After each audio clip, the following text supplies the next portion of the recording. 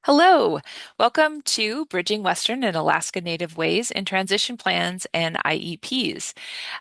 So excited that you're here to watch this training. And my name is Rain Vandenberg. I am an education and training consultant with a background in education, health education, public health, behavioral health, and in supporting organizations that work with people with disabilities. Francis? Hi, I'm Frances Gage. I am the Special Education Coordinator for the Northwest Arctic Borough School District, and I have been teaching and working in Kotzebue for about 20 years.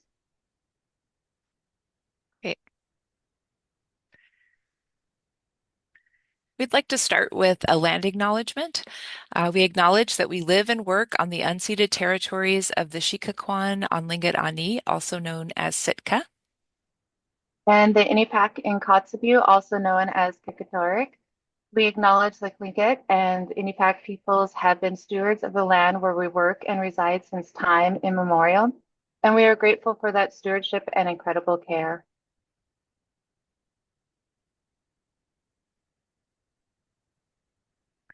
So our learning objectives today are number one, we're going to learn about different strategies used by teachers in rural Alaska to integrate Alaska Native skills into the IEP and IEP transition plans. Two, we'll discuss Indigenous and Western ways and how to bridge them. And three, we will practice making IEP goals and transition plans culturally responsive for Alaska Native students. So we're going to look at meaningful transition. This process promotes movement from school to post-school activities such as post-secondary education, vocational training, competitive integrative employment, community participation, and independent living when needed. Transition services set the stage for success for the student as they enter adulthood. Transition planning helps ensure a smooth transition process as the student moves into adult services and becomes a contributing member of the community. The majority of rural communities in Alaska are made up of Indigenous people, so employment may look different in rural Alaska than in a predominantly Western place. A lot of people in rural communities combine wild resource harvest with seasonal wage employment. Many family groups work together to gather and pool resources.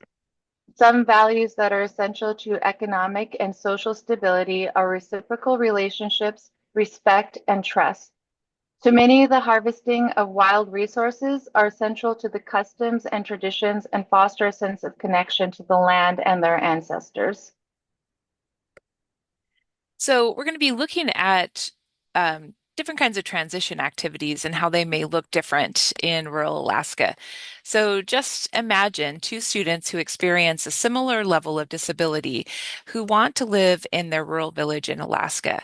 Which one of these do you feel will be better prepared for a meaningful life? So student one may take an assessment called World of Work, which has been used in rural Alaska, although it was definitely not designed for Alaska.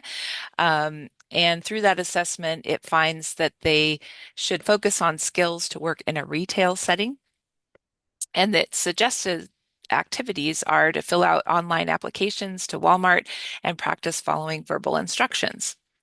Whereas student number two, they complete a student and family interview as their assessment type.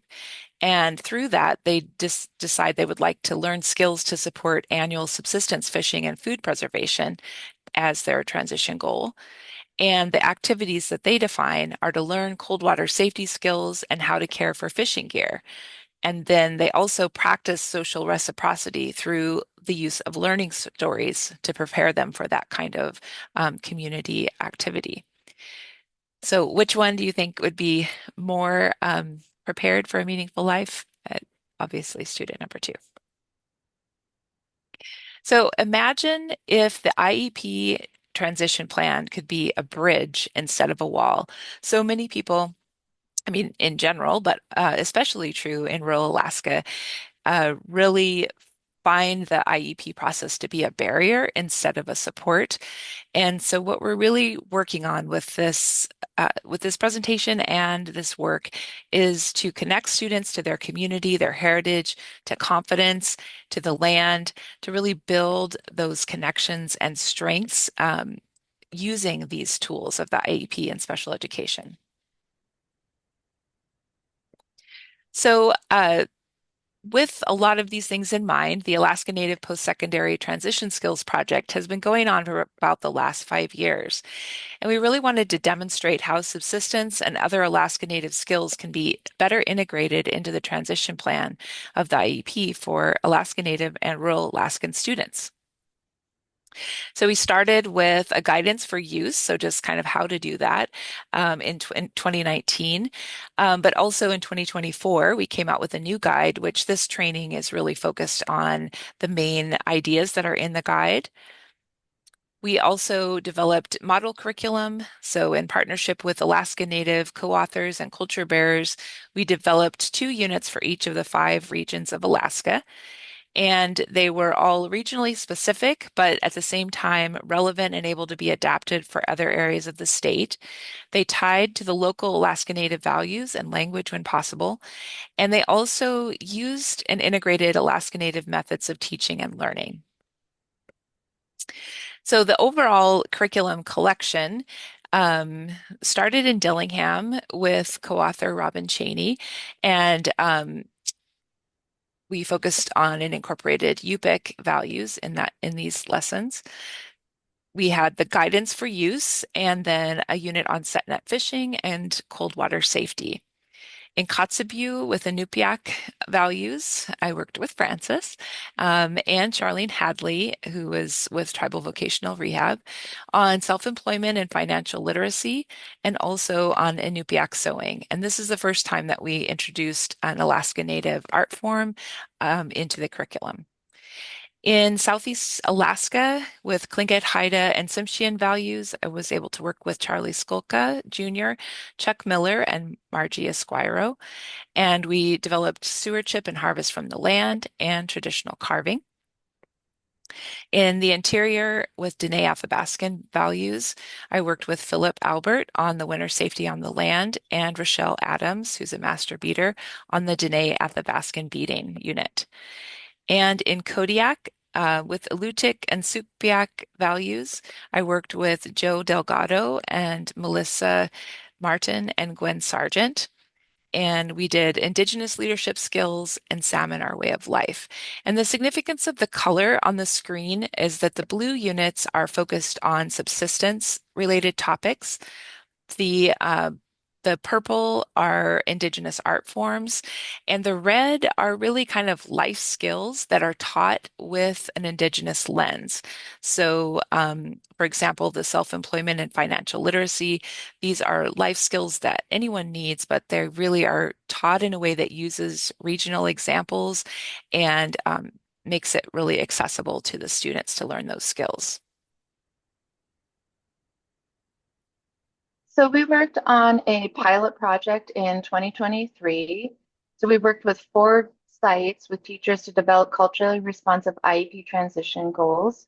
And we tried many ideas to fit the students and community needs. There are many barriers for teachers to do this work, but having many examples, coaching, and the support of other teachers has worked.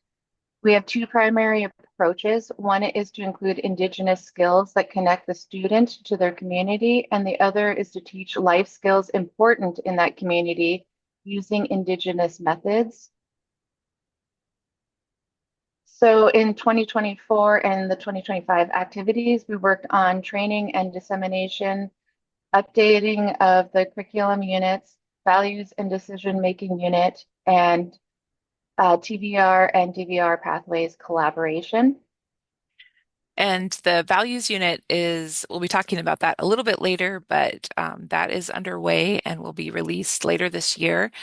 And then the Tribal Vocational Rehab and the Division of Voc Rehab collaboration, we're hoping to see continue as well next year as they do more programs in more locations.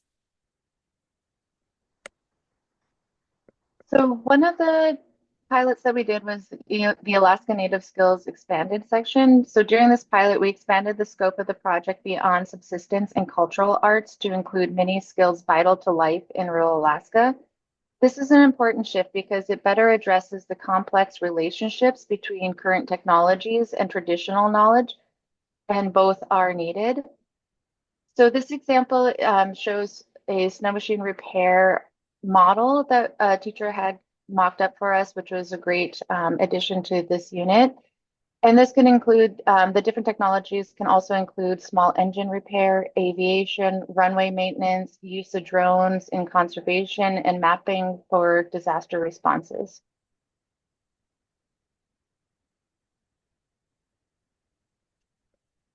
And in 2024, the teacher's guide that we created is now available. And this is the Alaska Native Post-Secondary Transition Skills, Create Meaningful IEP Transition Plans. And this guide is housed on the CISA website. It includes many examples of how to incorporate local Alaska Native values, cultural practices, subsistence practices, and other skills that are important to rural communities in the transition plan. So, one of the concepts that we have in this guide is the idea of walking in two worlds. And this is based on the work of Ilarion Merkuliev and Livy Roderick from their book, Stop Talking: Indigenous Ways of Teaching and Learning and Difficult Dialogues in Higher Education.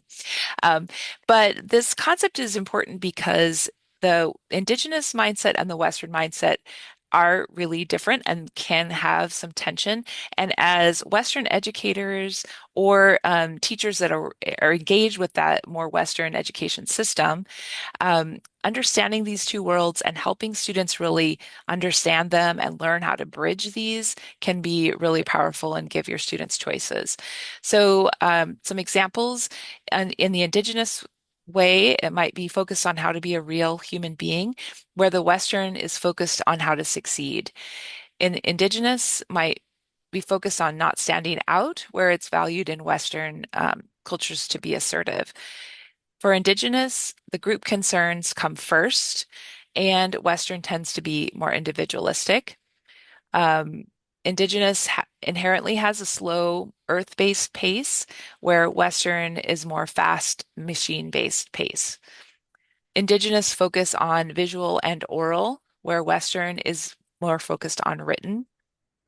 Indigenous tends to be cooperative, where Western tends to be and value competitiveness. Indigenous is focused on relationships. Western might be more focused on productivity and efficiency.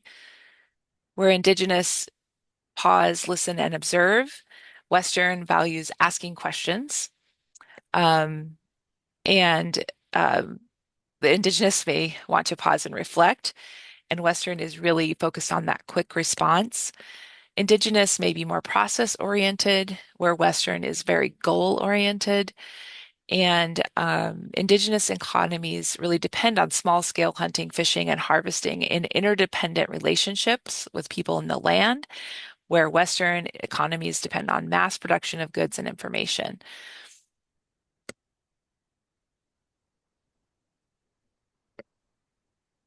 So awareness of the different ways of thinking and being can help a teacher from a non-Indigenous heritage work more effectively within an Alaska Native community. When the IEP can include goals which connect to Indigenous ways, the student will be developing skills directly relevant to life in their community. So tying transition concepts, transition skills, and teaching methods to Indigenous ways whenever possible is very important for our students to create that connection. Growing up in rural Alaska, I had to learn how to speak and communicate in Western ways when that was not my experience growing up. So I had to learn to code switch as I grew up and went to college and entered the professional realm.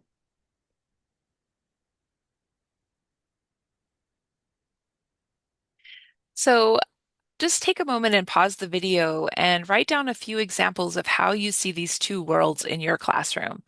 How do you address this for your students? Do you specifically kind of address that there is some tension there, or there may be different ways or different ideas of doing things. So just pause and think about that for a moment.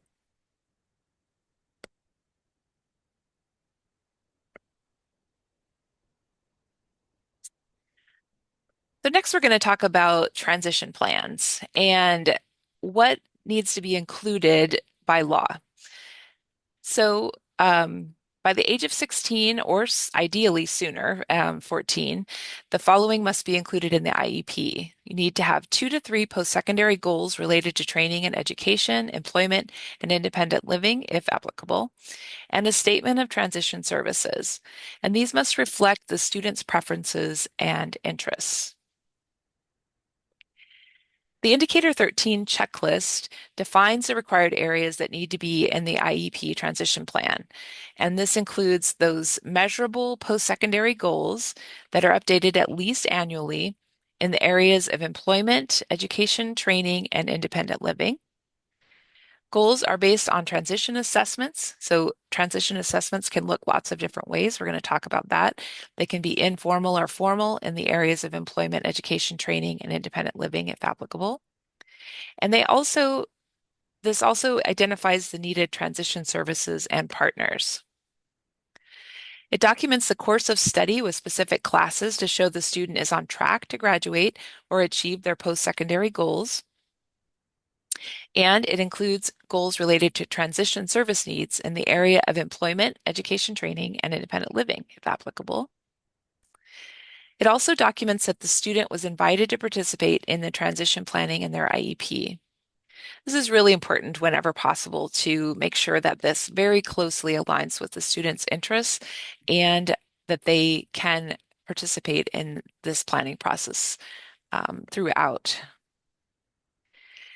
This is also where you document that any transition service agency or person responsible for the transition service or activity goals was present. So you can't give someone a task or a commit someone who's not actually in the meeting to follow through and commit. The other thing I'd like to just put out there that you can include in your planning are activities and strategies. These include instruction, your related services like OT, PT, and speech, independent living skills, community experiences, adult living skills, and employment. These are all excellent areas to consider having transition goals that relate to subsistence or other Alaska Native values and skills. All right, we're going to look at some transition assessments, and those can be formal, which means using a standard procedure for administering, scoring, and interpreting an assessment.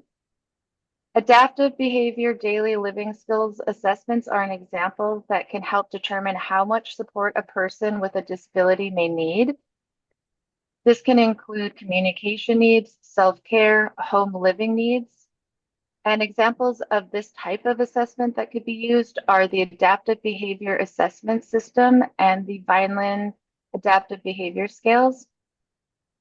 Other formal assessments that could be used are general and specific aptitude tests, which measure a specific skill or ability. General aptitude tests include logical reasoning for problem-solving skills, numerical reasoning, which means handling numerical data, and abstract reasoning, which includes cognitive ability to comprehend different forms, and specific aptitudes, which include mechanical reasoning, which is understanding basic mechanics, spatial reasoning, which is visual perception, diagrammatic reasoning, which is analyzing visual patterns.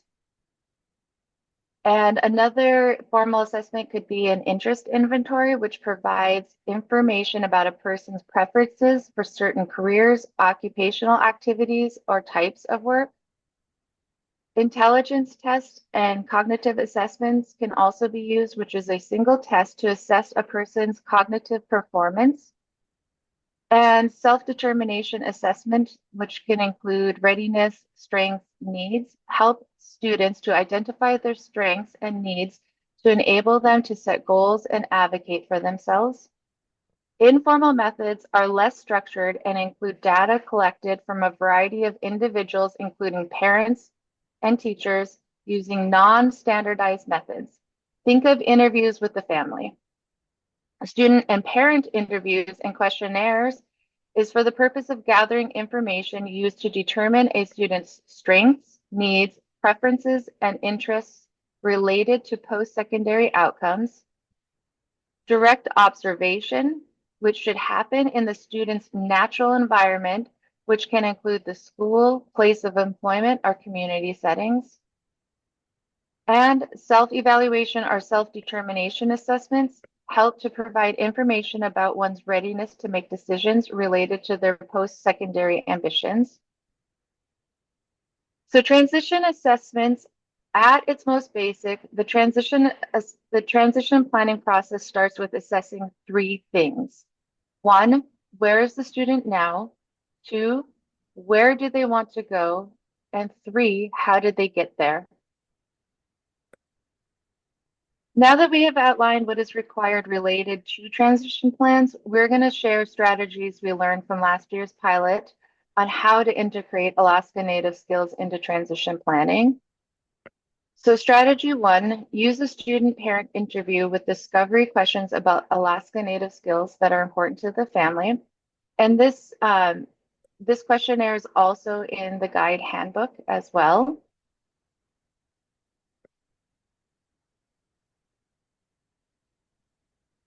Some example discovery questions, which this is also in the handout.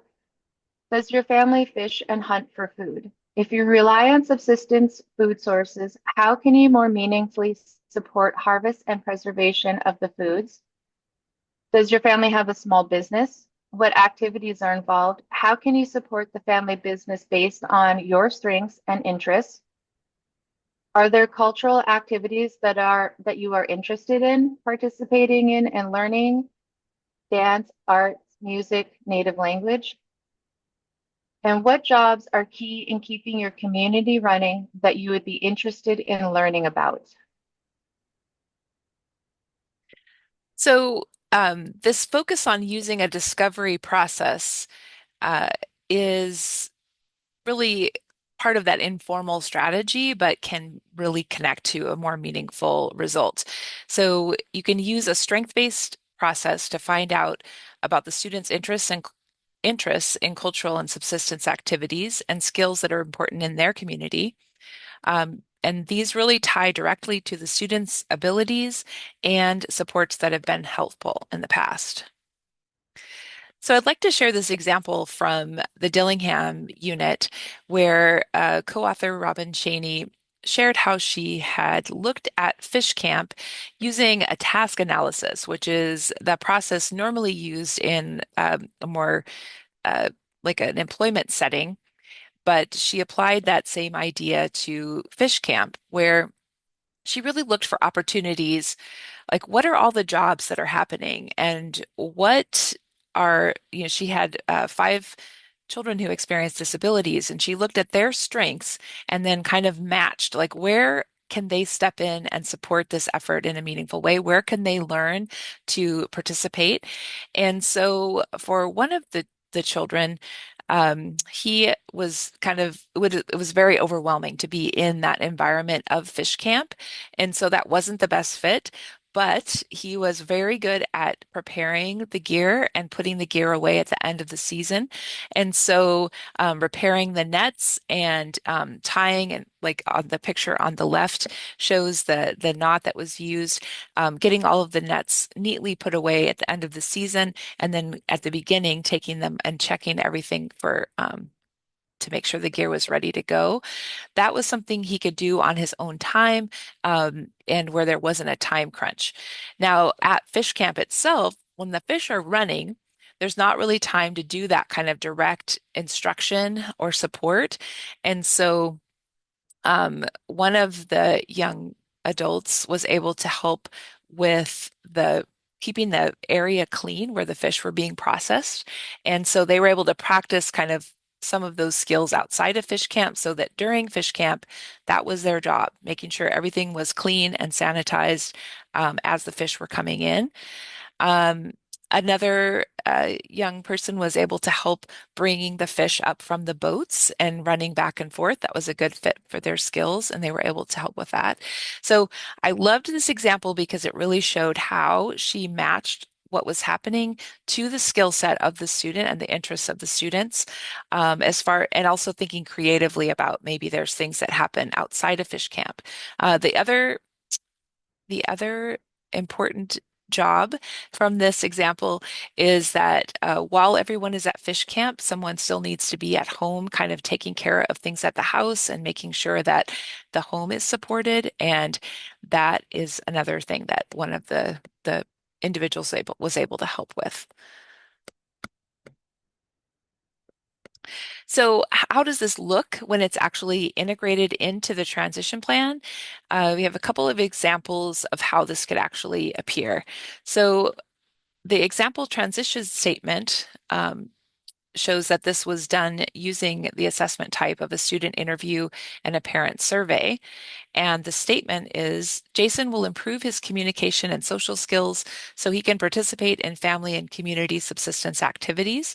Jason will demonstrate cold water safety skills so he can participate in summer fishing activities. He will describe safe fish handling and preparation for safe food preservation and storage. He will demonstrate knowledge of the gear used in set netting, including function and care of the gear, and he will demonstrate the primary knots used in set netting to assist the family in subsistence fishing. So this is a lot to have in one statement, but it's very specific skills, and you would be able to tie goals and activities to those skills because it's written um, in a very clear and focused way. The other concept that came out of the original pilot in Dillingham was that you can use the modification and accommodation section of the IEP to directly support having a culture bearer or mentor participate in skills that maybe as a teacher you don't have. So if Jason's goal was to demonstrate the steps for how to recognize he's in a challenging situation and how to meet the challenge by thinking through what he has on hand and what he needs to do, you could tie that to having the assistance of a mentor by including in the modification and accommodation section to assist with this. Jason will have the accommodation of time with a mentor who has experience with emergency preparedness for outdoor subsistence activities. Another example is Layla will demonstrate how to tie the primary knots used in set net fishing, when to use each knot, and how to check that it's tied correctly with assistance from a mentor. That would be in her transition goal.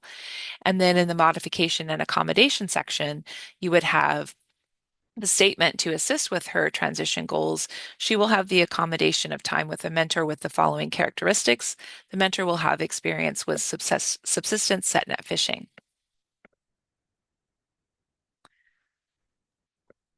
Now we're going to look at some post-secondary goals that are in the IEP transition section. So in student and family interviews, ask the student to complete these sentences, the sentences above, and then develop measurable ways the student will progress toward the goal.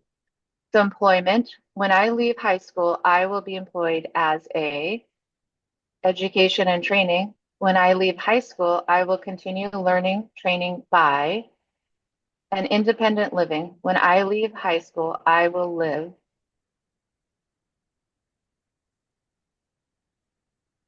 What to do for the students that don't know? If a student doesn't know, then develop a pathway of exploration. This can include activities, job shadowing, interest inventories, transition workbook to help them find answers for their transition plan. So these are examples of DVR resources that help students identify interests, and Rain will share more about to find them at the end. Yeah, and I do want to just point out that Picture Your Future is an overall transition book that really, if you work through this with your students, it has excellent questions. It helps build those different steps of things that a student could include in their transition plan. But this interest inventory that's in here is one of the simpler that I've seen that really kind of helps get you to a focus area by answering a lot less questions than a lot of the other interest inventories have. And then also in the Be a Strong Advocate for Yourself and Others curriculum, it has some more hands-on interest kind of exploration activities, which I definitely recommend that you check out. So the second strategy is to integrate local Alaska Native values into the IEP goals and transition plan. And Francis and I right now are working on an additional unit that really focuses and explores this more, but we'll get you started with some of the ideas from the guide.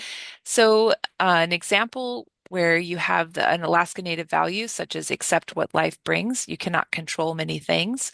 You could have a related IEP goal and objective that says the student will demonstrate acceptance of what life brings on a daily basis with so many frequency as measured by. The objective being to name other ways to handle frustration, and the second objective to identify behaviors which show self-control. So this is taking kind of what might be more of a standard behavioral kind of IEP goal and really tying it to an Indigenous value or a local community value.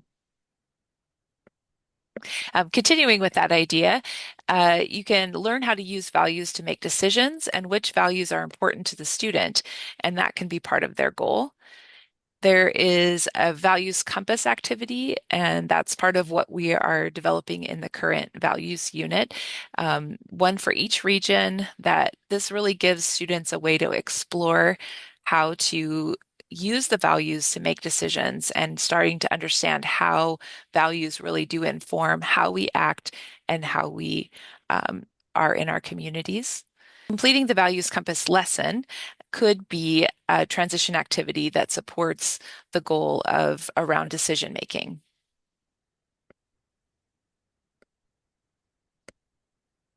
In this section, we're going to tie IEP goals and transition plan elements to the Alaska Cultural Standards. The Alaska Cultural Standards are an excellent model for culturally responsive skills that you can tie to student IEP and transition plan goals. When you integrate IEP and transition plan goals with the cultural standards, you are strengthening the foundation and potential impact of the IEP and transition plan. These are standards that Alaskan educators are required to use and consider in their lesson plans and daily work with students. Making connections. You can start with a needed classroom or transition skill and then frame it in a way that connects to one of the standards. Or you can read the standard and craft goals based on the standards that fit your students' needs, interests. So, an example of this came from one of our schools involved in the pilot, where a student asked, "What will people think of me in the village when I'm older?" And he had just had kind of an angry outburst where he said some things that he felt badly about, and he was just thinking about himself in his community later in his life and wondering how that was going to be for him. So there was a powerful moment for this teacher to help him start to tie. And there's actually a really good Alaska cultural standard that directly relates to this. So the standard is assuming responsibilities for their role in relation to the well-being of the cultural community and their lifelong obligations as a community member. So you could tie to that your behavioral or self-management goals that you have in the classroom.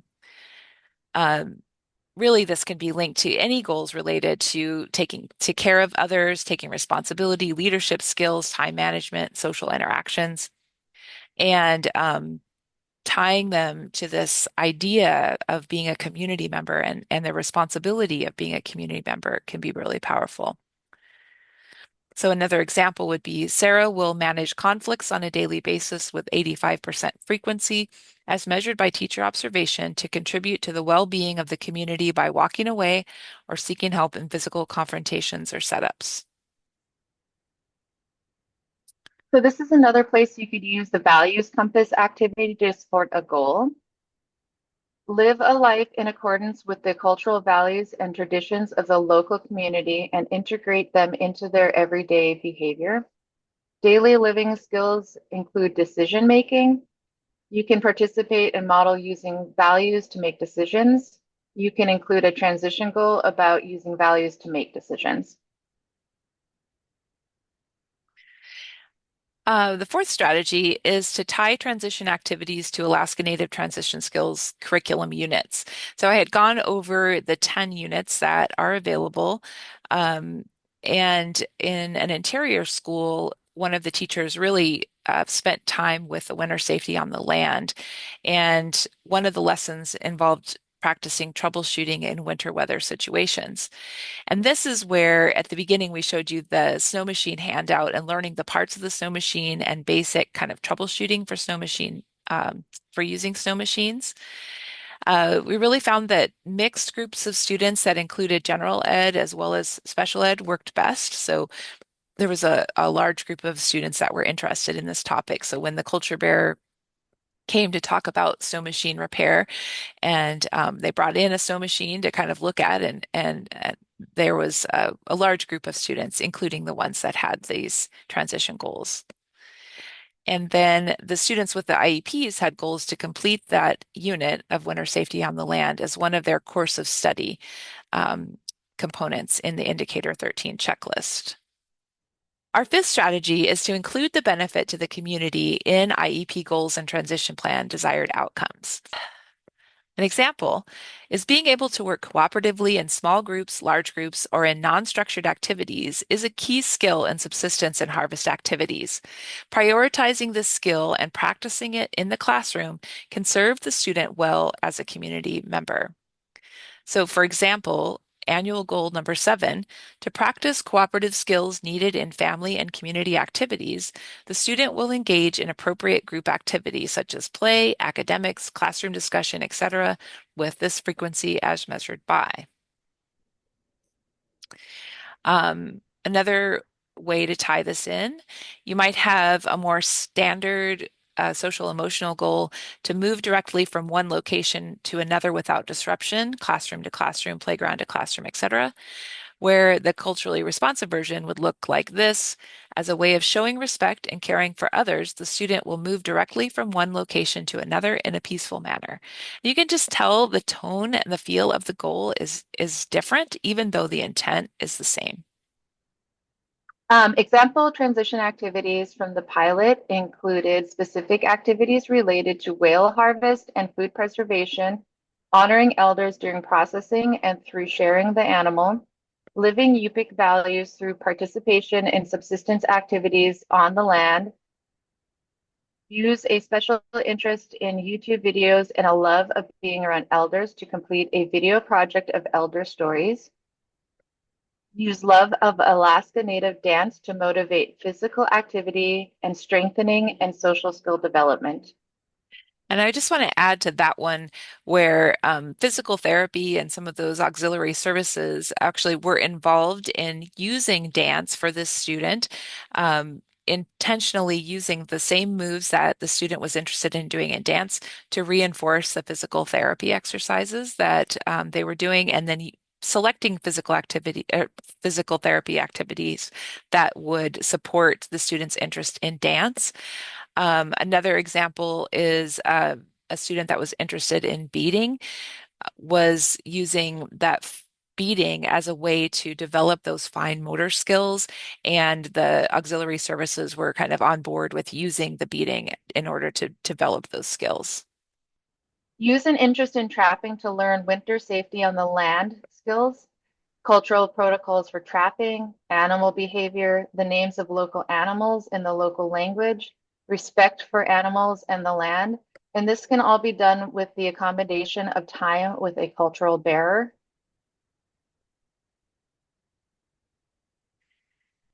So these ideas really give teachers a new IEP conversation, a way um, to build relationship with parents and with students. So teacher had shared that when she asked if she could explore including Yupik skills as part of the IEP, it shifted the whole conversation. For two of the teachers in the pilot, starting with that question really turned around the conversation where there had been historical mistrust and pretty difficult relationships with the school and with the special education system. So it just kind of opens up new possibilities if you can really connect and show that you are honoring what's important to the student and to the family. Lessons learned from the pilot. Subsistence and cultural arts are important skills in transition, but other skills are also needed. It works well when cultural skills activities happen in a mix of general education and students with IEPs. Incorporating these topics, skills, and methods greatly increase student engagement. I would just like to share that in one of the pilot schools, when the culture bearer came in to share about trapping, and cultural protocols around trapping, the whole high school and middle school and members of tribal council all came to listen for an hour. And after observing the same group of students in high school having a really hard time with engagement and staying on task with activities, that whole group of students was absolutely riveted for an hour. And just that level of engagement was tangible and powerful. So using these to really help with that skill development is a powerful tool. So in addition to Indigenous students, you may have students from other cultural and linguistic backgrounds in your classrooms, and many are going to have different definitions of independence and self-determination. Determining the goals might include extended family. Um, Families may really define involvement differently just based on culture and cultural norms. And they also might need language access to participate in IEP and transition planning, which can include beyond just translation, direct translation, but explaining kind of how we think about having disabilities and the potential for people who experience disabilities to still be part of of everyday life and work and everything that might be new culturally to think about. I'd like to point out using this article that you can access with the QR code here, Developing Culturally Responsive Transition Plans using the Indicator 13 checklist has great ideas that can be used both in Indigenous and other cultures.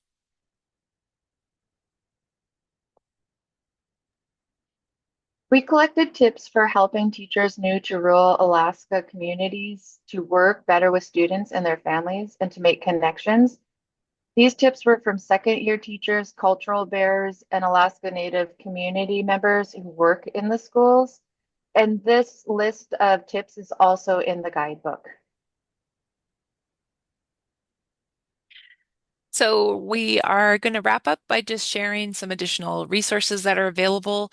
We mentioned this one earlier. Picture Your Future is available through the Division of Voc Vocational Rehab site. And it has a teacher handbook as well. I mean, it's a student handbook. And